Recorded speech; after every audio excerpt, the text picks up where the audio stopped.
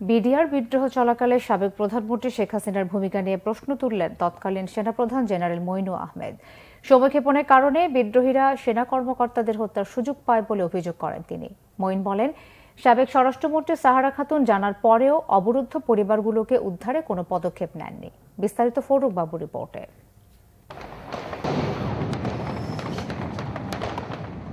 15 বছর পর বিডিআর বিদ্রোহের অজানা কাহিনী নিয়ে অনেকেই মুখ খুলছেন। এতদিন আওয়ামী লীগ সরকার বিডিআর বিদ্রোহ নিয়ে নিজের মতো নানা প্রচারণা চালিয়েছেন এবং তা সত্য হিসেবে প্রতিষ্ঠিত করার চেষ্টা করেছে। 33 ঘন্টার বিডিআর বিদ্রোহে 57 জন সেনা কর্মকর্তা সহ 74 জন নিহতের ঘটনা 2009 সালে রাজনৈতিকভাবে মোকাবেলা করা হয়, যে কারণে এর তদন্ত নানাভাবে প্রশ্নবিদ্ধ হয়েছে। এমনকি এখন পর্যন্ত প্রকৃত ঘটনা তদন্তের মাধ্যমে সামনে না আসলেও বিদ্রোহের অপরাধে অনেকেই কারাগারে মারা গেছেন, এখনো বন্দী অনেকে। সম্প্রতি নিজের ইউটিউব চ্যানেলে বিডিআর বিদ্রোহের প্রতি সেকেন্ড, মিনিট ও ঘন্টার বর্ণনা দিয়েছেন তৎকালীন সেনাপ্রধান জেনারেল মঈনুল আহমেদ। তিনি জানান, বিডিআর বিদ্রোহের কারণ ও প্রকৃত ঘটনার রহস্য উন্মোচনে আলাদাভাবে তদন্ত করতে আগ্রহ দেখালে আওয়ামী লীগ সরকার সহায়তা করেনি। কেন তাদেরকে হত্যা করা হলো এবং এই হত্যা করার কারণ আমাকে বের করতে হবে। এরপরে তেমন কোনো কিছু আর উচ্চবাচ্য সরকার থেকে আসেনি। তবে এই তদন্ত আদালত করতে যেসব জিনিস প্রয়োজন তা সেভাবে সরকার থেকে আমরা সাহায্য পাইনি। সাবেক জেনারেল মঈন বিডিআর বিদ্রোহের ঘটনার সবিস্তার বিবরণ দেন।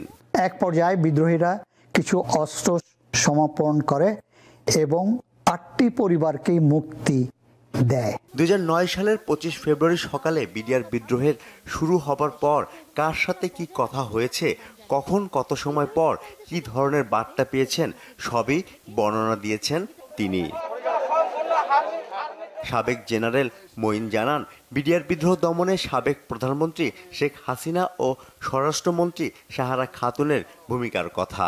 আমি যমুনায় পৌঁছার 1.5 ঘন্টা পরে বাকি 2 জন সেনাপ্রধান যমুনায় এসেছিলেন। তার মানে আমাকে আসার বেশ কিছুক্ষণ পরে ওনাদেরকে বলা হয়েছে যমুনায় আসার জন্য। এসে আমাদেরকে বললেন যে রাজনৈতিকভাবে সমস্যা সমাধানের চেষ্টা করা হচ্ছে।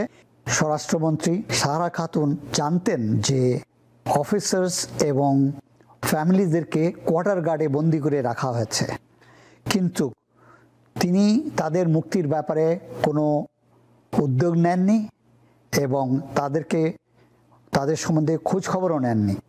তিনি বের হয়ে ওই 8টি পরিবারকে নিয়ে পিলখানা থেকে বের হয়ে আসেন। তিনি সেনাবাহিনীর ভূমিকা নিয়েও ব্যাখ্যা দেন। সেই সাথে সেনাবাহিনীর অপারেশনের প্রস্তুতি নিয়ে বিডিআর সদস্যদের অবস্থার ব্যাখ্যা দেন মঈনুল আহমেদ।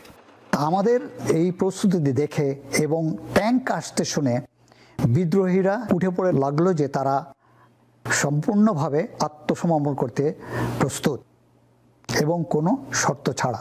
15 বছর পর বিডিআর বিদ্রোহের পুনঃ তদন্তের বিষয় সামনে আসায় বর্তমান সরকারের প্রশংসা করেন সাবেক জেনারেল মঈন। ফরুক বাবু, বাংলা ভিশন, ঢাকা।